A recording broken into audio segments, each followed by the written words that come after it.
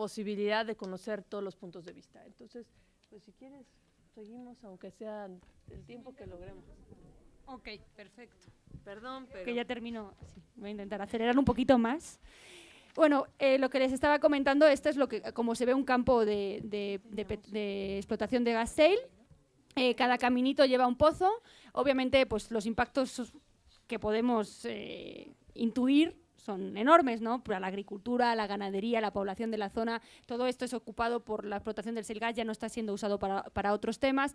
Además, bueno, pues todo el agua que requieren entre 9 y 29 millones por pozo, es decir, todo el agua que se está usando solo en ese cachito de territorio, el trasiego de camiones de alto peso, que pues, alrededor cada pozo requiere 4.000 trayectos de estos camiones que obviamente afectan con ruido y con contaminación al aire, a las poblaciones que viven cerca de los pozos, el ruido incesante del bombeo de agua y para la extracción del gas que afecta al medio ambiente, a la biodiversidad, a los animales de la zona y también a la gente que vive por allá, ¿no? Entonces, bueno, vemos que sí, los impactos son muy grandes, ¿no? Pero bueno, pues para darle... Sí, la siguiente, por favor. Para darle un poquito de positivismo a esto, pues nosotros obviamente desde la Alianza creemos que apostarle a este tipo de hidrocarburos, a los hidrocarburos no convencionales, supone continuar y profundizar el modelo energético basado en la explotación de estos recursos, pero además con menores rendimientos económicos, con mayores impactos y energéticos y con mayores impactos socioambientales y mayores emisiones de gases de efecto invernadero. Y esto sería en detrimento de del desarrollo de las energías limpias y renovables, ¿no?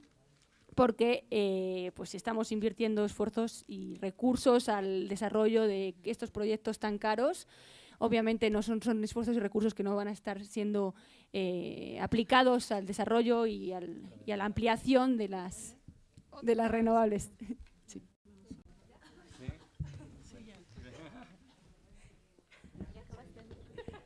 Perdón, ese es como de que te cortamos la inspiración cada Yo estoy muy inspirada, No, una disculpa. Pero bueno, preferimos hacer el foro aunque fuera de esta forma, con tal de que estuviéramos los legisladores presentes y que a lo mejor, aunque no fuera tan formal, pero fuera el poder compartir esa información. De verdad nos da mucha pena. Y estamos empatados, entonces ahí mira, pues la verdad se agradece el interés de estar sentados. Tiempo a terminar. Bueno, como les comentaba, apostarle al shale gas es profundizar el modelo de explotación de hidrocarburos para la generación energética, lo que a su vez es profundizar los daños ecológicos y sociales y las emisiones de gases de efecto invernadero en detrimento de las energías renovables.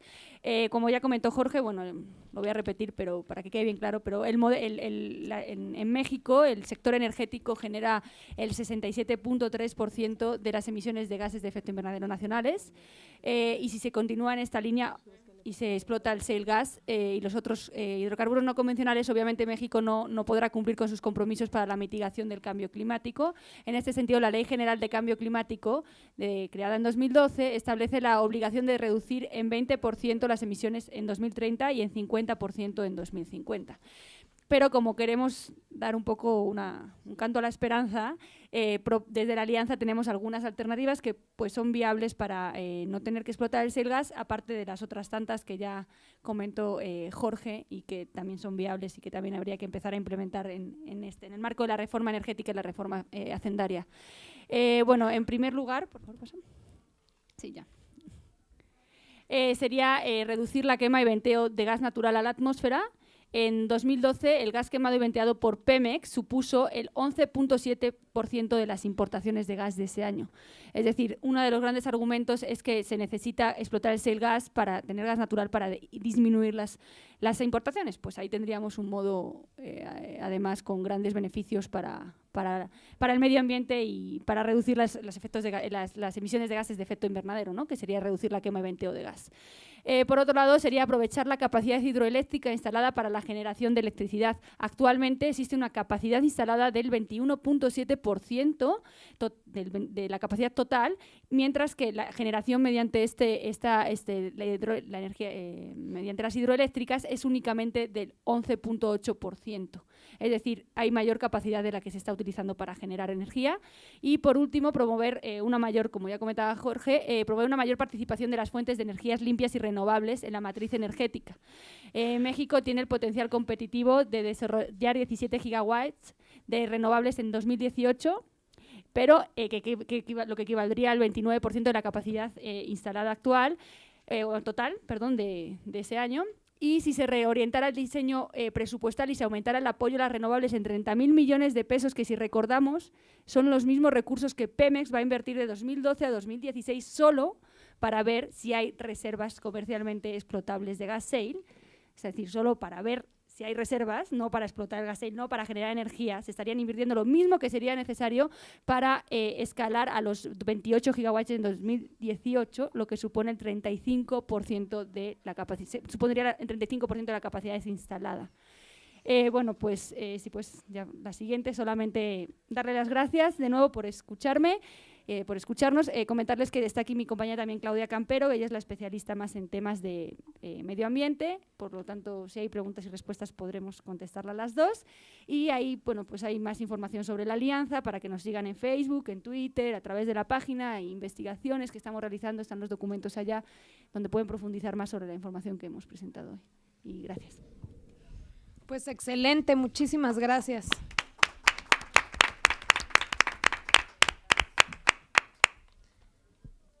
Muy interesante. Pues ahora pasamos a las preguntas y respuestas. No sé si aquí alguna de las legisladoras, por favor.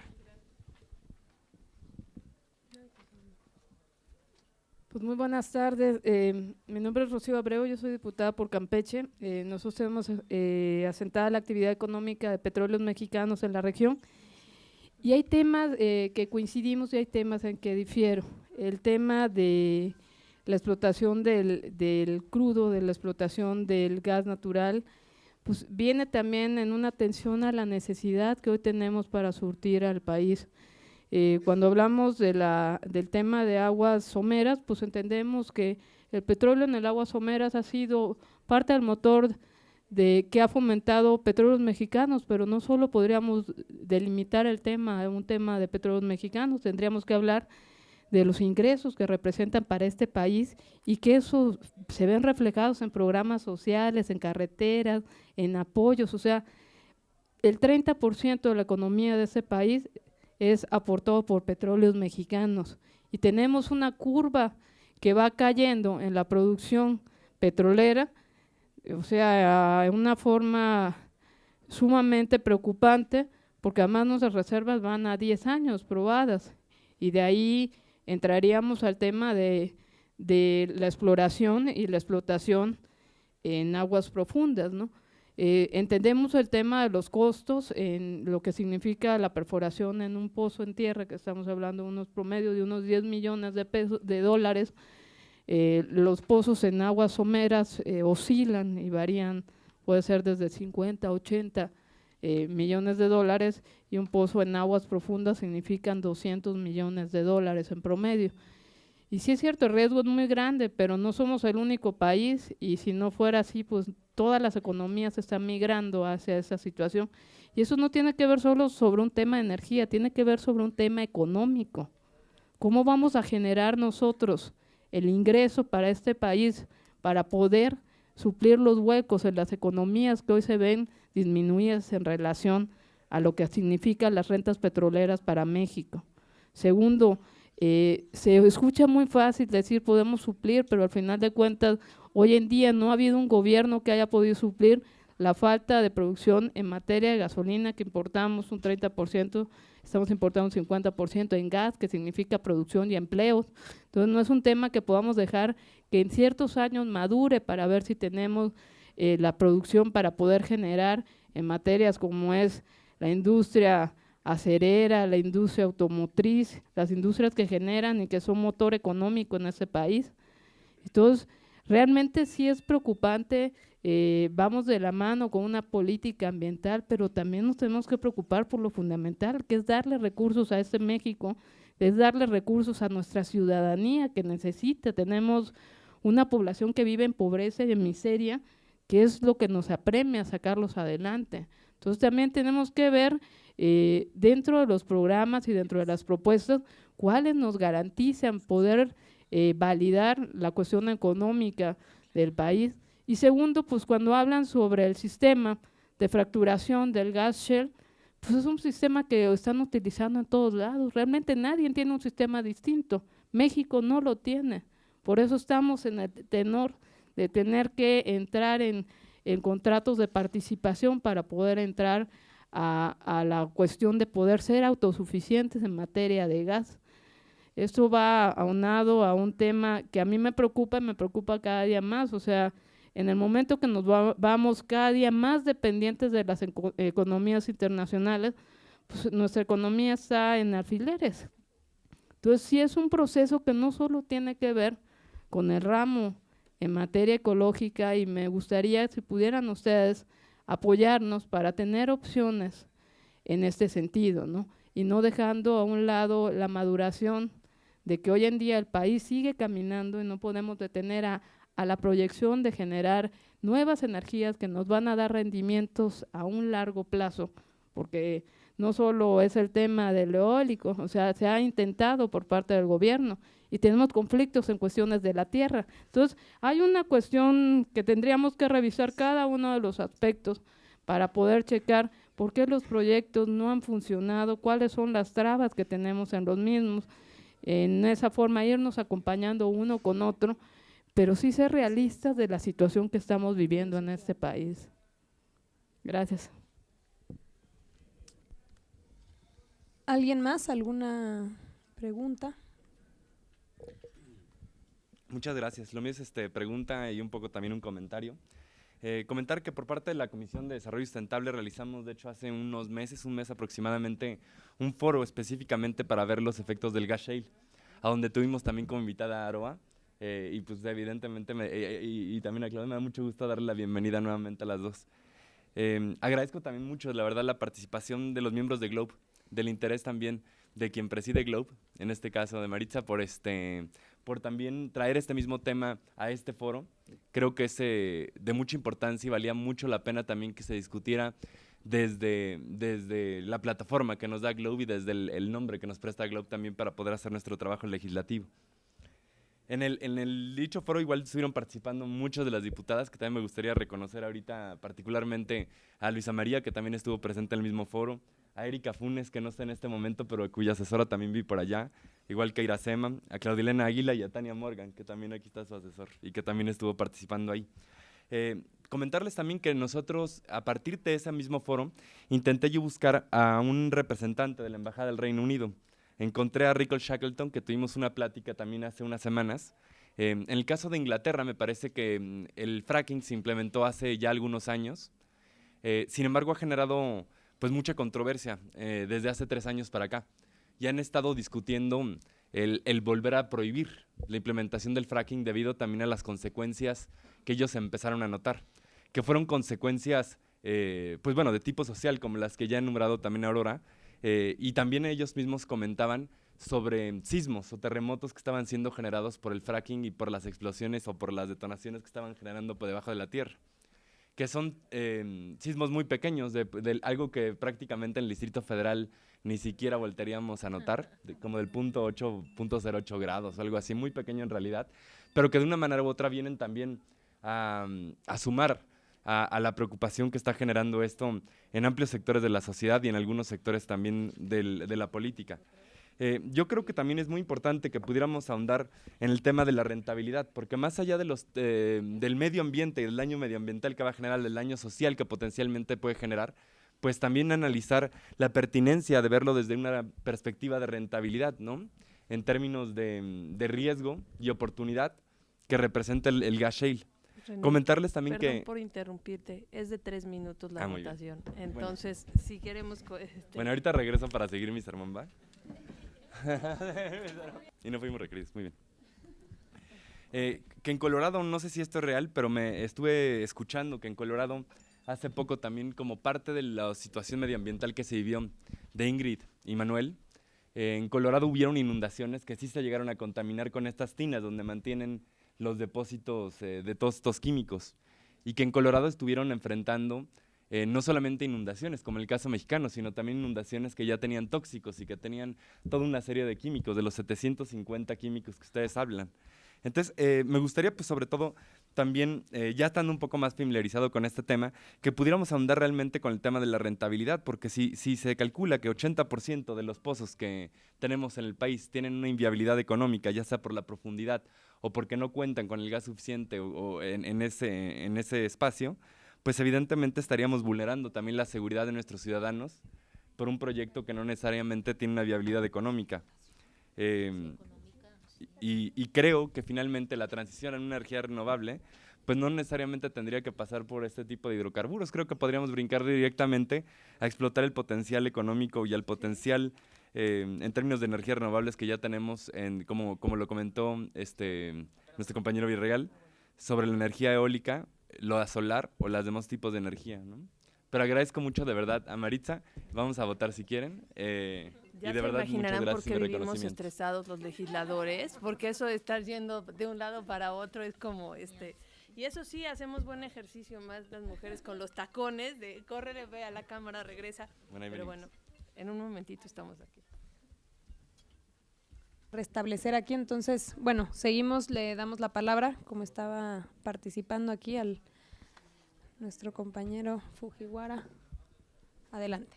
Muchas gracias, diputada. Pues bueno, de hecho ya había concluido mi participación, únicamente agradecerle también a los de Globo por haber retomado este tema que para el Grupo Parlamentario de Nueva Alianza y para un servidor resulta de suma importancia. Reiterarles obviamente mi apoyo a la Alianza contra el Fracking para poder darle una solución viable a todo este asunto. Comentarles finalmente que también en pláticas de lo que tuvimos con el embajador británico, bueno, no con el embajador, pero con el representante de la embajada británica, nos comentaba que ellos van a volver a reglamentar lo del fracking, van a volver a prohibir, van a volver a permitir el fracking, pero que lo van a hacer bajo un esquema de mucha contraloría, y creo que también ese pudiese ser una opción viable en caso de que la prohibición absoluta no fuese viable, ¿no? Pero la cual sería la postura de un servidor del grupo parlamentario que represento. Muchas gracias. ¿Alguien más que quiera hacer una pregunta antes de… por favor, sí. Un comentario, muy bien. Bueno, de acuerdo a las cifras, Está apagado Sí. el micrófono. Se me hace. pozo petrolero, Ahí está ya, gracias. 10 millones de dólares, 10 millones de agua promedio. ¿Saben cuántos pozos tiene Pemex? Tiene más de 7,300. Multiplicado por esto nos da cantidades estratosféricas. Una calculadora, necesitamos una calculadora científica para calcular, para ver el resultado. Otro punto. Bueno, mi primer trabajo fue pozos petroleros. El asunto está en que, bueno, si ustedes se dan una vuelta por lo que es las petroquímicas de Salamanca, Pajaritos, entre Veracruz y Tabasco, se van a dar cuenta que hay lumbreras que todo el tiempo están prendidas, ¿sí? Ahora, la pregunta es, ¿qué están quemando? ¿Sí? Están quemando gas. Ahora, ¿para qué gastar millones de dólares o cientos de millones de pesos para buscar lo que a vista de todos se está quemando? Nada más sería el comentario. Gracias. Ok, muchísimas gracias. Bueno, yo por último, únicamente preguntar, ya más o menos René nos dio algunas ideas, pero ¿qué está pasando en otros países con respecto al gas shale? Sería muy importante, aquí somos expertos en copiar lo que hacen en otros países, entonces un poco saber pues justamente qué se está determinando en países donde ya se permitía y donde todavía no, ¿no? Si nos pueden dar un poco de luz sobre este tema. Gracias. Bueno, pues empiezo por la última pregunta, porque también es relevante a lo que había comentado la diputada Rocío Abreu, perdón. Es que realmente necesito anteojos porque no alcanzo a leer. En otros países del mundo efectivamente hay una discusión importante con respecto a la explotación del gas de esquisto.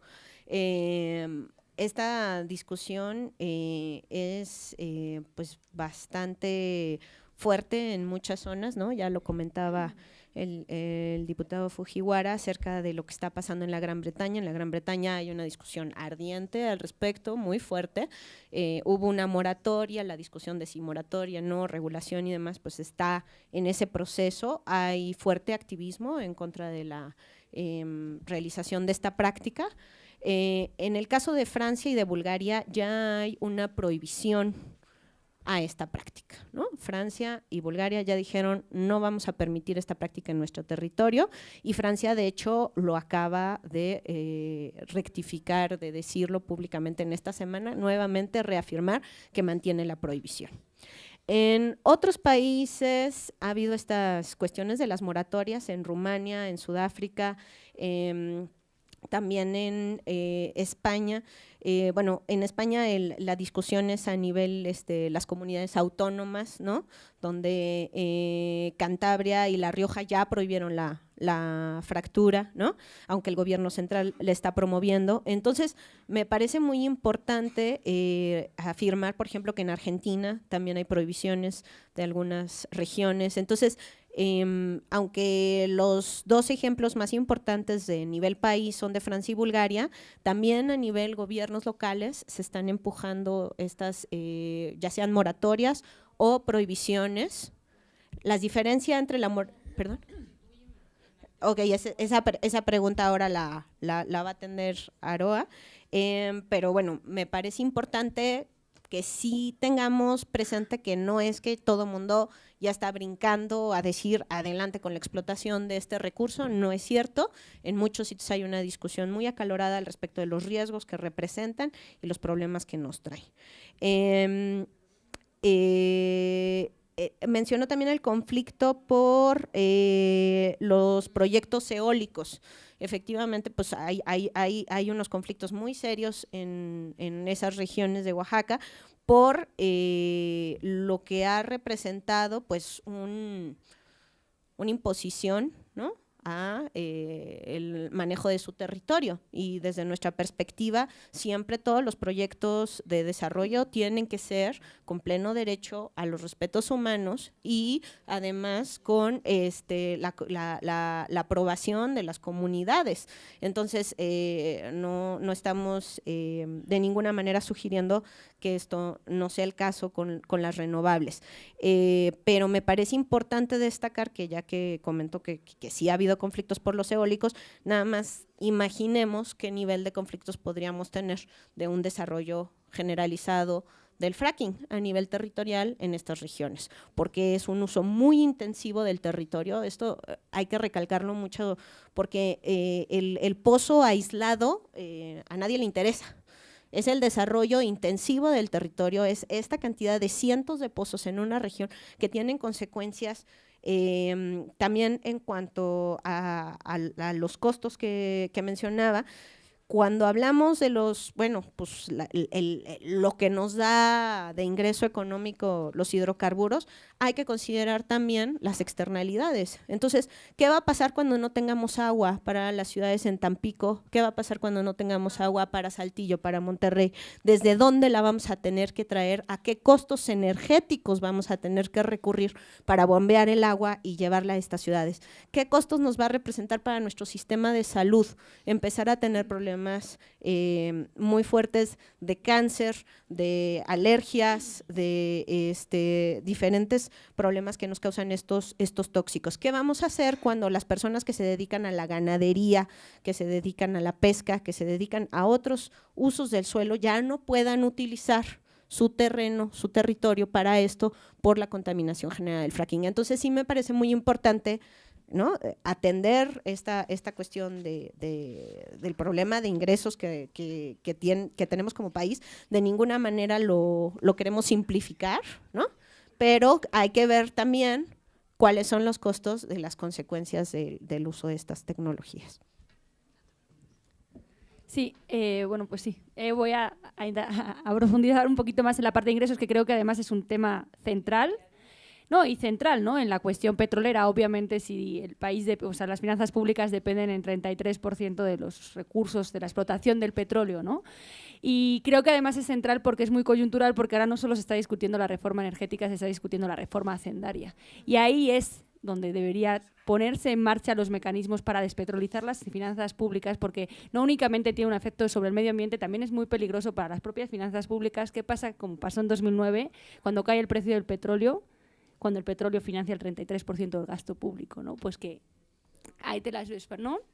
Entonces, bueno, digamos que sí efectivamente tiene una importancia vital, y justamente en la reforma hacendaria pues ya se están planteando algunas cuestiones para aumentar la recaudación tributaria y con eso disminuir la dependencia de los petroleros, de los recursos petroleros. Creo que hay algunas de estas opciones que están siendo muy discutidas por la industria, ¿no? Y que están muy en oposición, y creo que les toca a ustedes dar la batalla y no dejarse echar para atrás por la industria, porque realmente es muy necesario, ¿no? Aumentar la recaudación, aparte de otros beneficios que tienen algunos impuestos, como es el caso de los refrescos, ¿no? De las bebidas azucaradas, pero también está el tema de, mira, desde fundar, un punto que hemos visto muy clave es por qué no gravar más a la minería. La minería ahora solo paga por la extensión del terreno concesionado, no está pagando un peso por el valor de los minerales que está extrayendo, y son recursos que al igual que el petróleo pertenecen a la nación mexicana, ¿no? Entonces el petróleo está suponiendo el 33% de los ingresos públicos y la minería, nada, un 0.002%, y están pagando solo por la extensión y no por el volumen. Lo que se plantea en la reforma hacendaria es hacer un impuesto de 7.5% a las utilidades de las empresas, en 8% en caso de metales preciosos, pero pues lo que habría que hacer es pues echa la ley, echa la trampa, a través, si lo hacen a partir de las utilidades, pues las empresas tienen sus mañas para mostrar que tienen menos utilidades de las que tienen en realidad. Entonces habría que hacer un impuesto sobre el valor del mineral a boca de mina, como se hace con el petróleo. Digo, si hay algunos gastos que Pemex puede reducirse, pero en general es sobre el valor de la producción, ¿no? Digo, hablando de algunos pequeños ejemplos de cómo podríamos empezar a impulsar que haya una mayor recaudación que implique también, por otra parte, una menor dependencia del petróleo, ¿no? Y que creo que es fundamental porque, digo, aunque se explote el gas shale, no va a ser de aquí a más de 50 años, o sea, aunque fuese el caso, ¿no? O sea, las reservas, como decías, las reservas probadas son a 10 años, las totales son a 32 años. En Estados Unidos, además, otra de las cuestiones que es muy importante poner sobre la mesa es que el gas shale ya en Estados Unidos, si bien se ha supuesto un aumento de la producción de gas y una disminución de las importaciones, y bueno, sí ha sido, actualmente el 80% de los pozos más productivos de shale en Estados Unidos se encuentran en declinación. El 80%, es decir, ni siquiera está mostrando que en el mediano largo plazo vaya a ser una opción energética para sostener la producción energética del país, sin contar con todos los gastos y costos ambientales de los que ya hemos hablado, ¿no? Entonces, incluso apostarle a eso es gastar muchísimo dinero ahora para dentro de 10 años, 15 años estar igual, ¿no? Entonces, justamente por eso ponemos en la mesa de que es necesario invertir en energías renovables y en la eficiencia energética y en otras opciones que aseguren la sostenibilidad energética del país en el largo plazo, y a su vez que aseguren también la sostenibilidad fiscal. No es únicamente una sostenibilidad energética, porque el petróleo juega un papel fundamental en el lado fiscal. En ese sentido, por ejemplo, estaría el tema de los excedentes petroleros. ¿Qué está pasando con los excedentes petroleros? En los últimos años ha habido ingente cantidad de excedentes, porque el precio del petróleo ha estado por encima sistemáticamente, excepto en 2009, ha estado sistemáticamente por encima del precio estipulado en la ley de ingresos. ¿Qué ha pasado con esos ingresos? El Fondo de Estabilización de los Ingresos Petroleros, que se ha creado para ahorrar y para servir como un mecanismo de equilibrar el presupuesto en el caso que haya una caída en el precio, está prácticamente vacío, con la ingente cantidad de ingresos que ha habido por derechos y por excedentes. En algunos datos muestran que alrededor del 70% de los ingresos excedentes están yendo a gasto corriente. ¿Por qué no usar la renta petrolera que se tiene ahora y no se va a tener dentro de 30 años para empezar a establecer los mecanismos para asegurar la sustentabilidad energética y fiscal del país? O sea, es que urge poner esa base y urge que los recursos sean bien invertidos y no se sigan yendo a la apuesta al mismo modelo energético que estamos viendo que es caduco y que es insostenible por muchísimas cuestiones, pero una central es porque se acaban esos recursos, no son renovables, ¿no? Esa es una parte. Y por la parte me parece también importante la parte del gasto, ¿no? Ponerla sobre la mesa, porque bueno, tú eres la presidenta de la Comisión Especial de seguimiento a los impactos de Petróleos Mexicanos. Y bueno, nosotros también hemos ido mucho a las comunidades y lo que se ve es hablando de que es importante invertir y tener recursos para el presupuesto para favorecer a la población más marginal y con mayores índices de pobreza. Los resultados de la explotación petrolera en las comunidades son claros, no les llega nada del presupuesto, o sea, prácticamente nada, no tienen centros de salud, las carreteras son un desastre, no tienen escuelas, etcétera, etcétera, y están sufriendo todos los impactos de la actividad, ¿no? Entonces, también hay que considerar que la actividad genera pobreza en sí misma, ¿no? Y cómo entonces podemos hacer una generación de energía que vaya reduciendo también esos impactos y que la gente que está afectada por los proyectos energéticos no se vea tan afectada, ¿no? Y también cómo empezamos a eficientar el gasto de manera que beneficie a todos, ¿no? Y a todas las personas del país. Y bueno, creo que eso sería todo por esta parte. Claro, adelante. Si quiere, Pero no es solo la cuestión de producción de energía, sino cuánto nos va a tomar la producción de energía. Y eso es para abastecer algunas áreas de nosotros que pueden ser abastecidas, como los mismos. La sustitución del gas no lo podemos hacer porque es un tema de empresas. Y cuando hablas de Petróleos Mexicanos y hablas de la cuestión de que podíamos hacer lo mismo con la minería, hay una gran diferencia. Petróleos Mexicanos es una empresa del gobierno y las minerías no es una empresa del gobierno. Entonces también tenemos que ver esas aristas que no se están viendo y es muy sencillo comentarlo, pero en la práctica es un tema complicadísimo, ¿eh? O sea, no creas que es un tema sencillo para nosotros el estar aquí y entender cómo vamos a poder converger tanto en materia económica, en materia social, en sustentabilidad, en el futuro del país. O sea, es un tema sumamente complejo. Si entendemos la cuestión, a nadie nos gusta, ojalá no hubiera contaminación, ojalá hubiéramos emigrado desde hace muchos años a energía renovable o a otras opciones de energía, pero no han resultado. La realidad en México es que es un país que no tiene la capacidad económica ni la fortaleza económica que tiene Europa.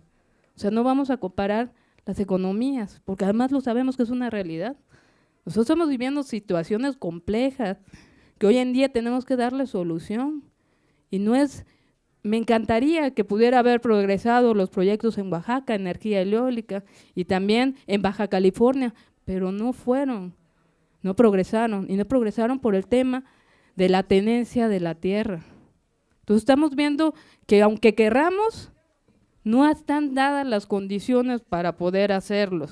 Y el problema lo tenemos hoy en día, la falta de abastecimiento, y una cuestión es proveer de energía y de capacidad de poder echar y caminar, y otra cuestión son las exportaciones, porque eso significa dinero.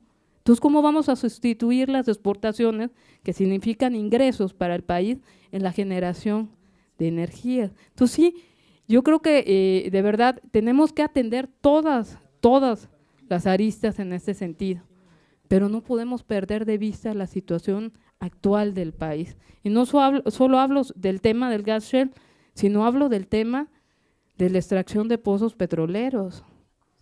O sea, ahí tenemos un conflicto serio sobre la cuestión de ingresos y volvemos a lo mismo, estamos compartiendo las reservas en aguas profundas y superprofundas con Estados Unidos. Propio Cuba está perforando pozos y lo están haciendo porque al final de cuentas significa un tema de ingresos a las economías de cada uno de los países. De verdad, yo no estoy en contra y al contrario me sumo a la posición de que debemos de migrar a energías renovables, que México tiene que empujar hacia energías renovables, pero eso lo podemos hacer cuando tenemos economías que primero les damos de comer a nuestra gente, que sustituimos la falta. Imagínate lo que me comentas, si nosotros invirtiendo con Petróleos Mexicanos tenemos deficiencias en servicios, ¿qué pasaría si no tuviéramos ni siquiera eso?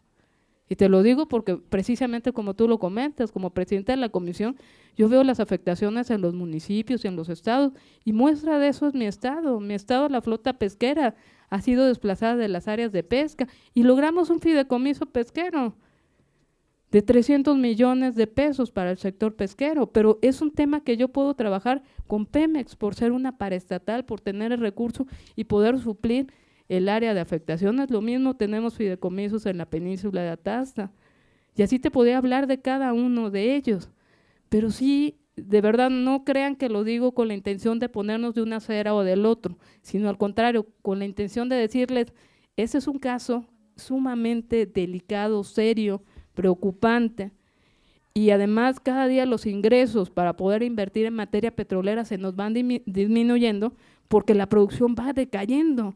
Entonces, si antes producía 100, me quitaban 90 y me dejaban 10 para producir un pozo en aguas someras, que no significaba ni la octava o décima parte de lo que hoy me significa un pozo en aguas profundas, pues realmente hagan de cuenta que es un tema, tengo 10 pesos y ¿dónde lo voy a invertir?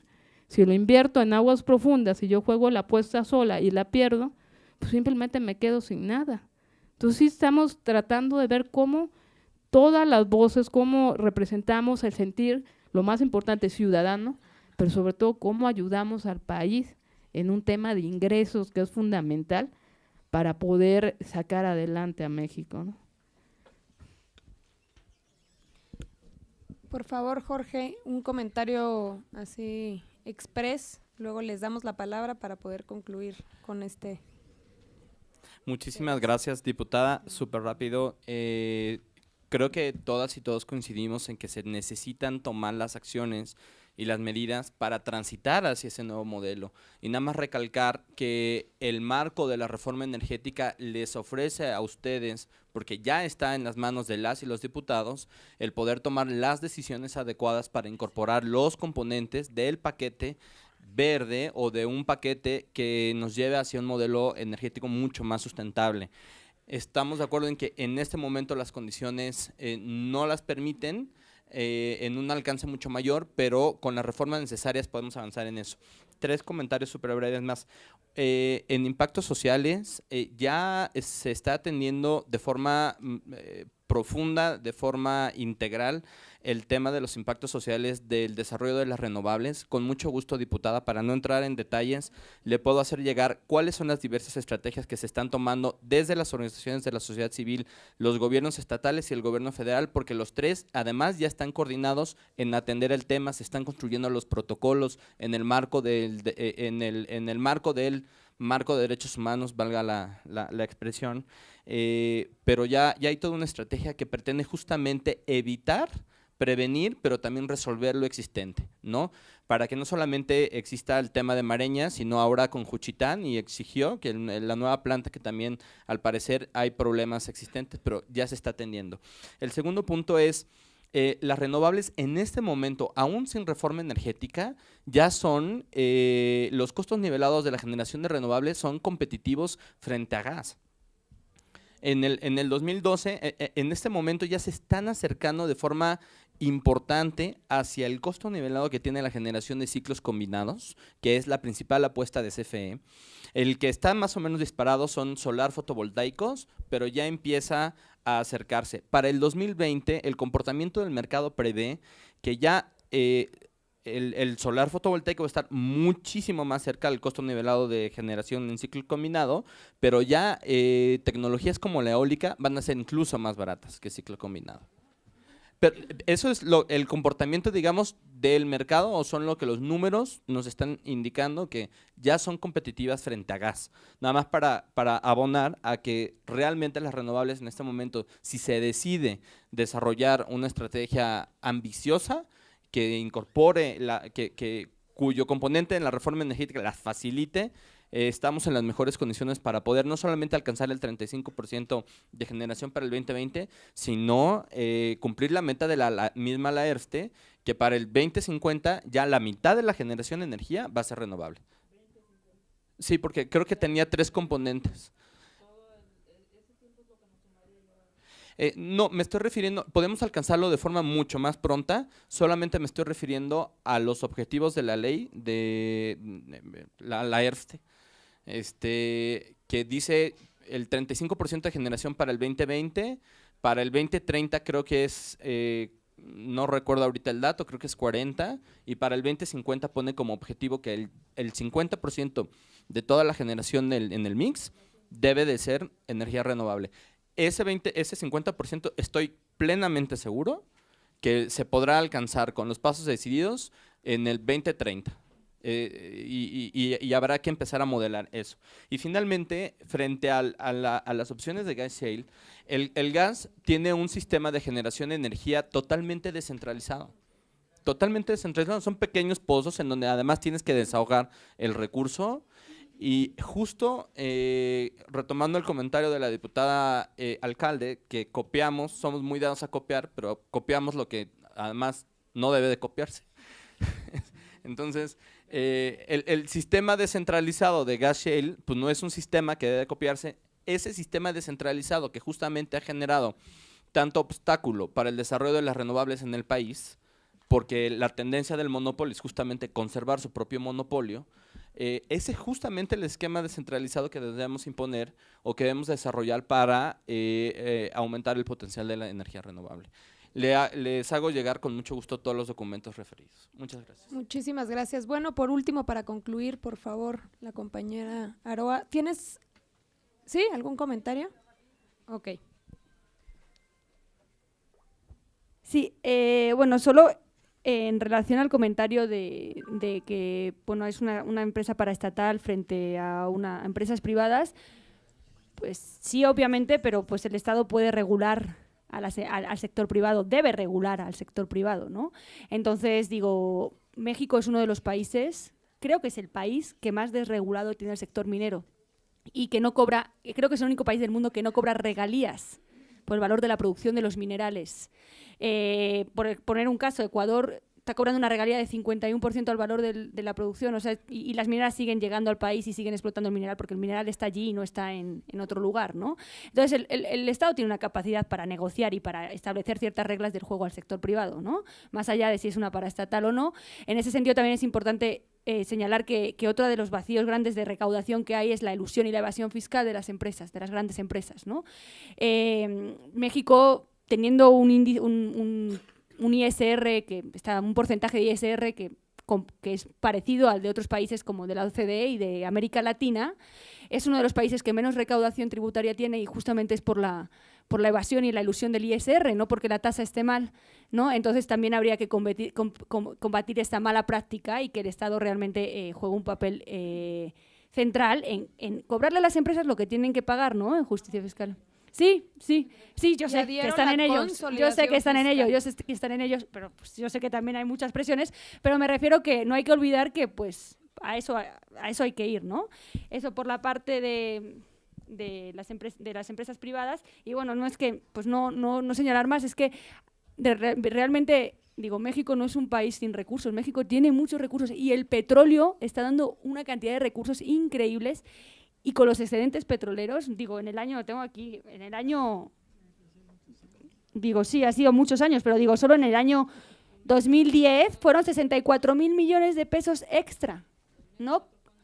Sí, fue de los mejores años porque también había 2008 fue cuando el precio empezó a subir, 2004 la producción, fue el pico de producción, pero digo, sí, hay recursos. La cuestión es también cómo se gastan esos recursos y si se van el 70% de esos ingresos a gasto corriente, y ¿no? corrupción. Y corrupción. Bueno, y sí, hay que combatir también, por supuesto, hay que mejorar, ¿no?, en la gobernanza del sector, o sea, eso clarísimamente, ¿no?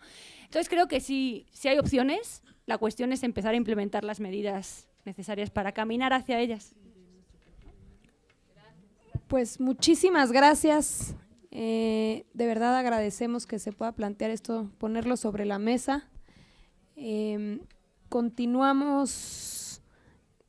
Estará moderando la diputada. ¿Quién va a estar moderando? ¿Usted?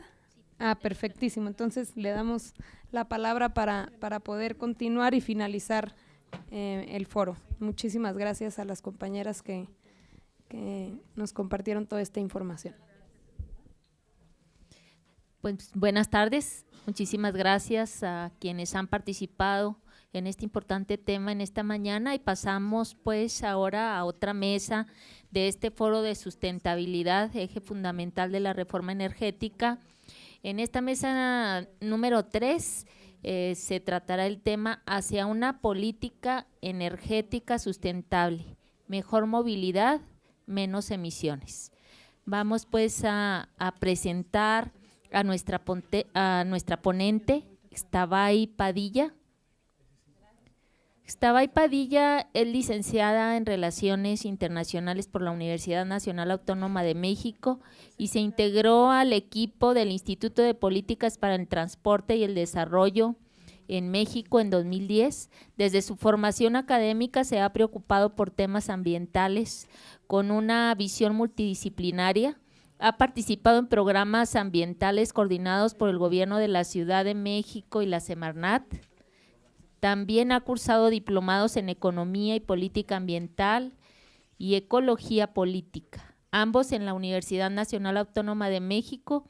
Ha participado en varias publicaciones sobre medio ambiente, transporte, ciudades y cambio climático del instituto. Es especialista en Economía Ambiental y Ecología. Es coordinadora de proyectos relacionados con cambio climático, financiamiento, política pública y normatividad. La ponente contará también, como los anteriores, con 20 minutos para su presentación y un periodo de 15 minutos al finalizar la misma para preguntas y respuestas. El secretariado le apoyará para mantener registro del tiempo y al término se realizará un pequeño cierre de la mesa agradeciendo las preguntas de los participantes. Pues adelante. Muchísimas gracias.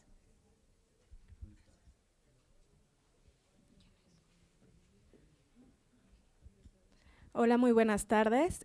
Agradezco la invitación a este evento y que se haya rescatado en último momento, pues meter al transporte en la agenda de la sustentabilidad como eje fundamental de la reforma energética.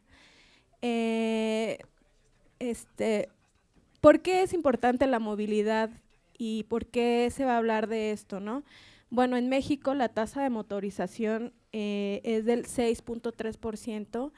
El tema de transporte, un poco hablando de la demanda y del consumo, diputada Rocío, cómo diversificamos, cómo cambiamos patrones de consumo para cubrir la demanda que tenemos en el tema de transporte, pues el consumo energético en el tema de transporte final es del 50%.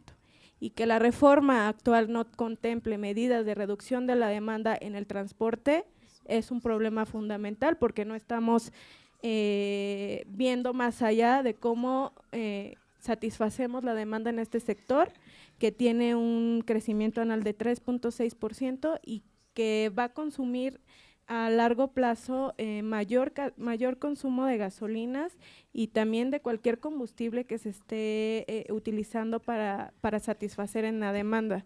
No estamos viendo cuestiones de demanda, de cómo satisfacemos la demanda y eso va a tener un fuerte impacto a la economía, como decía el diputado René, en términos de rentabilidad y de competitividad de la economía, pues la reforma energética está soslayando temas importantes como son el transporte y el desarrollo de las ciudades.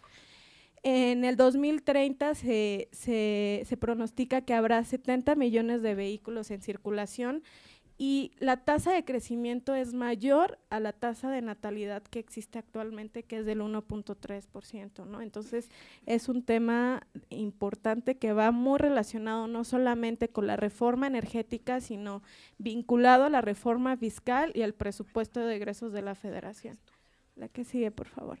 Como ya mencionaba, pues la energía es, el transporte es el principal consumidor de energía, pues consume alrededor del 48% y ahora estamos casi en el 50% y es uno de los principales emisores de gases de efecto invernadero en la atmósfera con un 20.1%.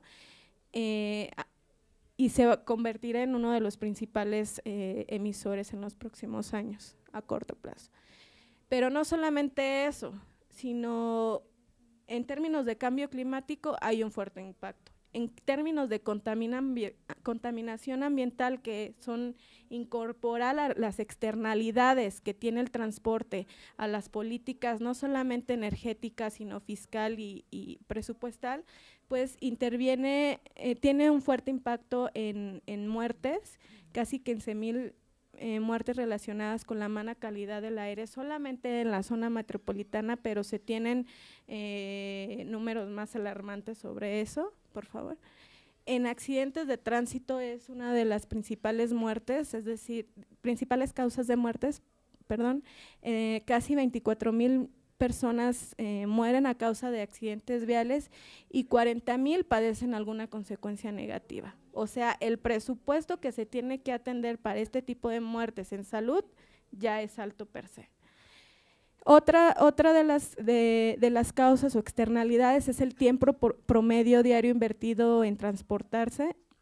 En la zona metropolitana del Valle de México, estimado es alrededor de 3 horas, es decir, pasan la mayor, si bien nos va, 3 horas de nuestro tiempo en los vehículos, ¿no? Que en términos de productividad y competitividad, pues estamos por muy malos números.